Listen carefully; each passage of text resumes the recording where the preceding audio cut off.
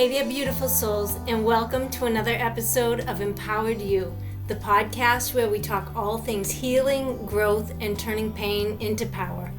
I'm your host, Jill Ripley, and it is my intention to use my own personal experience to help you or someone you love open to the idea of letting go of past pain and using it as a springboard for personal growth. Much of what I share here is inspired by my own journey that I wrote about in my book, Empowered by the Storm, Releasing the Past and Embracing the Light. If anything I talk about today resonates with you, I invite you to check it out. It's available on Amazon or through my website at empoweredbythestorm.com. So, what if the story you've been telling yourself about your pain is the very thing that's keeping you stuck? Today, we're talking about the victim mindset, how to recognize it, how to release it, and how to step fully into the powerful, intentional life that you were meant to live. Today, we're diving into something that can be both uncomfortable and liberating to explore, letting go of the victim mentality. This episode is all about reclaiming your power and shifting from why me to what now. Now, before we go too far, I want to say this clearly. If you've experienced trauma, grief, abandonment, or any kind of pain, you are absolutely entitled to your feelings. What happened to you mattered, and it's not your fault. But staying in the mindset that you're powerless or broken, that's where we get stuck. You, my friend, were not meant to stay stuck. You were meant to grow, to evolve, and to reclaim your voice. And that's what we're unraveling today. Let's talk about trauma for a moment. Trauma is not only about what happened, but how it made us feel. Unsafe, unloved, unseen, or unworthy. Trauma can make us feel scared and helpless, like we have no control over our world. And when that trauma is caused by someone we trusted, like a parent, a relative, a partner, or a teacher, it cuts even deeper because it wasn't just pain, it was also betrayal. These are the people who were supposed to protect us, to love us, and to keep us safe. So when they become the source of our suffering, it creates a wound layered with confusion, vulnerability, and a deep sense of being unworthy. It makes us question everything, our value, our instincts, even our reality.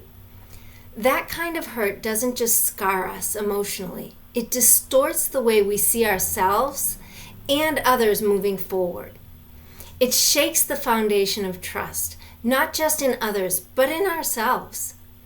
And often, when trauma is caused by someone close to us, it doesn't just leave a wound. It leaves behind shame. We begin to internalize the belief that maybe it was somehow our fault, that we should have seen it coming, or that we should have stopped it. We replay it over and over in our minds, looking for what we missed, trying to rewrite the ending. But instead, we just deepen the pain. That shame lingers like a heavy fog, clouding our judgment and weighing us down. It tells us lies like, you should have done something, or you weren't enough to stop it. Even when we were just children, or scared, or frozen in the face of something far beyond our control. And here's the hard truth with a healing edge. You didn't cause it. You didn't deserve it. And carrying the blame isn't your burden to bear. Real healing begins when we name that shame. When we pull it out of the dark and see it for what it is, a lie. Our pain told us to make sense of something senseless. I know this truth intimately because it happened to me. When I was just 5 years old, a neighbor lured me into the woods under the pretense of looking for his lost cat. What followed was a moment that stole my innocence. A deeply violating experience that left me feeling confused, terrified, and ashamed. Fortunately, I was let go with the express agreement that I would never tell anyone about what happened. And I was so traumatized by the experience that I never did until I was in my 40s. And again, at age 12, I experienced another betrayal. I was taken advantage of by a family member. Alcohol was involved, and I remember thinking that had I not been drinking, maybe it wouldn't have happened. That maybe it was somehow my fault. But it wasn't. None of it was. What I've come to understand through years of healing is that the people who hurt me were not well. They were deeply broken themselves, acting from a place of emotional and spiritual disconnection. Now, don't get me wrong, that doesn't excuse their actions, but seeing their wounds helped me to release the belief that I was to blame. And I forgive them, not because they asked for it, and not because they deserve it, but because I deserve to be relieved from the unearned shame, guilt, and pain. That burden doesn't belong to me anymore, and it never did. I've come to learn that when people lash out, abandon, manipulate, or abuse, they're often acting from their own unhealed pain. Now, that doesn't excuse their behavior, not at all, but it can help us to understand it. You see, people who are whole, people who have a healthy mindset and have done their healing work, they don't intentionally harm others. When someone hurts you, it often has far more to do with their inner turmoil than with your worth. And when you can begin to see the pain behind the behavior, even just a glimpse, you can begin to free yourself. Not because you condone what they did, but because you choose to stop carrying it. That's compassion, not for them, but for yourself. Because staying in the victim mindset keeps us tethered to the past. It says, I can't move forward until they apologize, or I'll never be okay because of what they did. And I know that mindset well. I lived in it for a long time. But what I've come to realize is that healing isn't about waiting for justice. It's about reclaiming your power.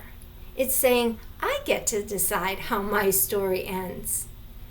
And here are a few signs that you might be stuck in a victim mindset. Do you find yourself replaying the same painful story over and over again in your head? Do you maybe feel like life is happening to you, not for you? Do you often blame others for how you feel, or wait for them to change so you can feel better? Are you struggling to believe things can get better because your pain feels like a permanent part of who you are? If any of that sounds familiar, please hear me. It doesn't make you weak, it makes you human. But it also means there's an opportunity for healing and for reclaiming your power. So how do we begin to shift out of the victim mindset? Well, first thing, we need to acknowledge the hurt without judgment.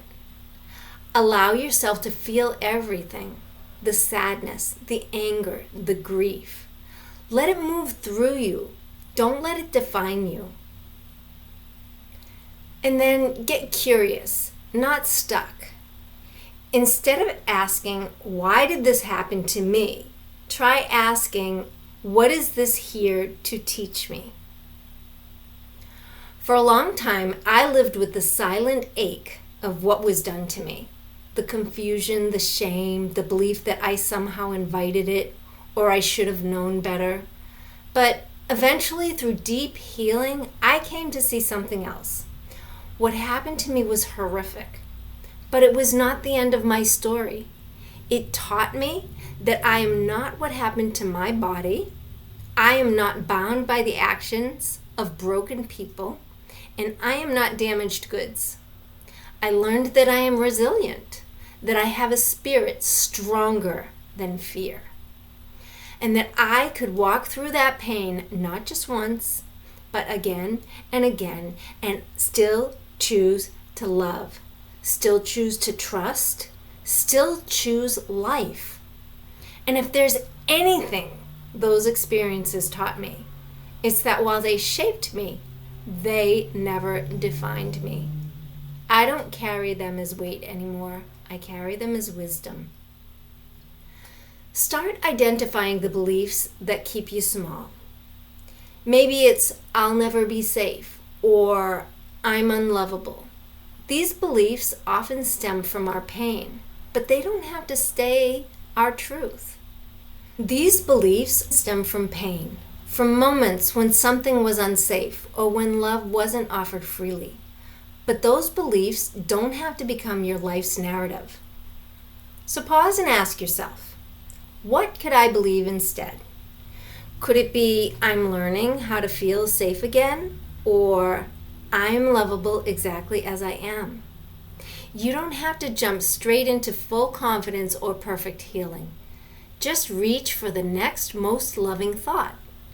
Even something as simple as, maybe I'm not broken, maybe I'm healing, can begin to shift everything. Remember, beliefs are not facts. They're stories we've repeated over and over again, and you get to choose which ones you keep telling. Try speaking to yourself with compassion. You didn't choose what happened, but you can choose how you respond now. Treat yourself like someone you love. Notice your inner voice. If it sounds harsh or critical, pause and ask, would I talk to a friend this way? If not, shift the tone. Even something as simple as, I'm doing the best I can create space for healing. Honor your needs without guilt. Whether you need rest, quiet connection, or a boundary, give yourself permission to claim it. You don't need to earn care or prove your worth. You are worthy of being well, just as you are. Celebrate small wins. Healing isn't just about the big breakthroughs. It's also about showing up for yourself day after day. Take time to acknowledge the moments that you said no when you used to say yes, or the times you showed compassion instead of criticism. Surround yourself with safe support. Treating yourself like someone you love also means choosing environments that reflect that love, whether it's therapy, support groups, trusted friends, or communities like this podcast. Make space in your life for what uplifts you. Try reframing the story. Instead of saying, I was abandoned, try, I survived abandonment and learned to stand on my own. Instead of saying, I was mistreated, try saying, I know what I will no longer accept. After losing so many people I loved and going through personal struggles, it always seemed to feel like I was constantly in survival mode. But something shifted when I realized that I could take everything I had been through and use it, not as proof that I was broken, but as a foundation for the woman I was becoming. That shift from powerless to powerful didn't happen overnight, but it started the moments that I said, I'm ready to see things differently. Now, here's your reminder. You are not what happened to you. You are not the pain that was passed down to you. You are not the abandonment, the betrayal, or the neglect. You are the soul who is choosing to heal. You are the one who gets to write the next chapter. And you are allowed to grow beyond what broke you. And if this episode resonated with you, I'd love for you to share it with someone who might need it. And if you haven't already, hit that follow button so we can keep walking this journey together. Until next time, stay grounded, stay open, stay loving, and stay empowered. You've got this.